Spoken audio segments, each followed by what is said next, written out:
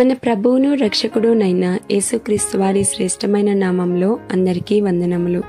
రోజుకు ఒక మిషనరీ జీవిత చరిత్రలో ఈరోజు మనం చూడబోచున్న మిషనరీ మేరీ స్లెసర్. జననం 2/12/1848, మరణం 13/1/1915. స్వస్థలం స్కాట్లాండ్ దేశంలోని అబెర్డీన్. దర్శన స్థలము నైజీరియా. స్కాట్లాండ్కు చెందిన మేరీ మిచెల్ స్లెసర్ నైజీరియాలో మిషనరీగా సేవ చేశారు. చెప్పులు తయారు చేసే ఒక పేద కుటుంబంలో జన్మించిన ఆమె అననుకూల పరిస్థితుల్లో పెరిగారు. కుటుంబ అవసరతల కొరకు మరియు తన చదువు కొరకు 11 ఏళ్ల వయసులో మేరీ రోజులో కొంత నిర్ణయాత్మక సమయం ఒక మిల్లులో పనిచేసేవారు. దేవుని యందలి భయభక్తులతో పెరిగిన ఆమె చిన్న వయసులోనే మిషనరీ సేవ కొరకైన సామర్థ్యంను కలిగి ఉన్నారు.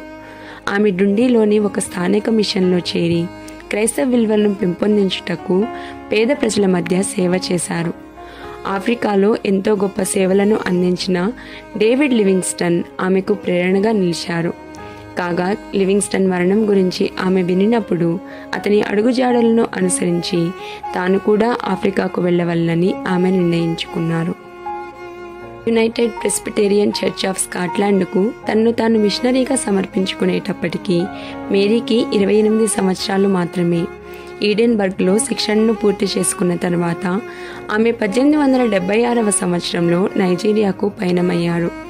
నైజీరియాలోని కాలాబార్ చేరుకున్న తరువాత సామాజిక దుర్వ్యసనాలు, మూఢనమ్మకాలు, బానిసల వ్యాపారం, మనుషులను అక్రమంగా రవాణా చేయడం మొదలగు వాటితో గందరగోళ పరిస్థితుల్లో ఉన్న ఆ దేశమంతా అశాంతి నెలకొని ఉన్నదని అతి త్వరలోనే మేరీ గ్రహించారు.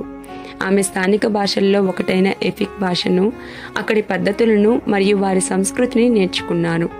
అక్కడ ఆమె సువార్తను ప్రకటించి అనేక మంది స్థానికులను క్రీస్తు వైపుకు నడిపించారు.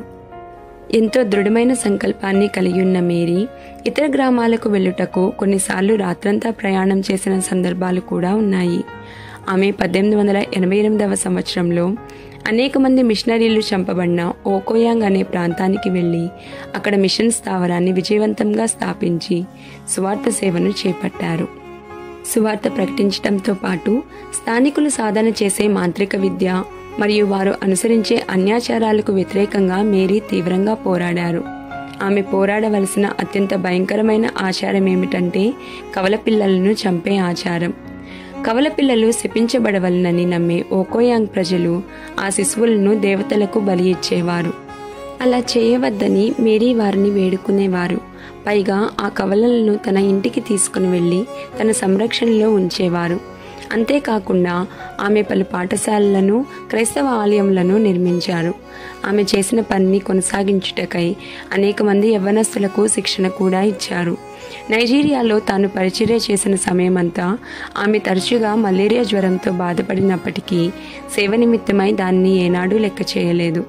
1915వ సంవత్సరం జనవరి మాసం ప్రారంభంలో మరియొకసారి మలేరియా జ్వరానికి గురైన మేరీ స్లెసర్ ఈ లోకంలో తన పరుగును ముగించి ప్రభువును చేరుకొనుటకు పయనమయ్యారు. ప్రియమైన వారలారా, మీరు మూఢాచారాలకు వ్యతిరేకంగా పోరాడుతూ ప్రజల మనోనేత్రాలను తెరవచేయుటకు కృషి చేస్తున్నారా? ప్రభువా, అన్యజనులకు సువార్త ప్రకటించుటకు నన్ను బలపరచుము. ఆమేన్.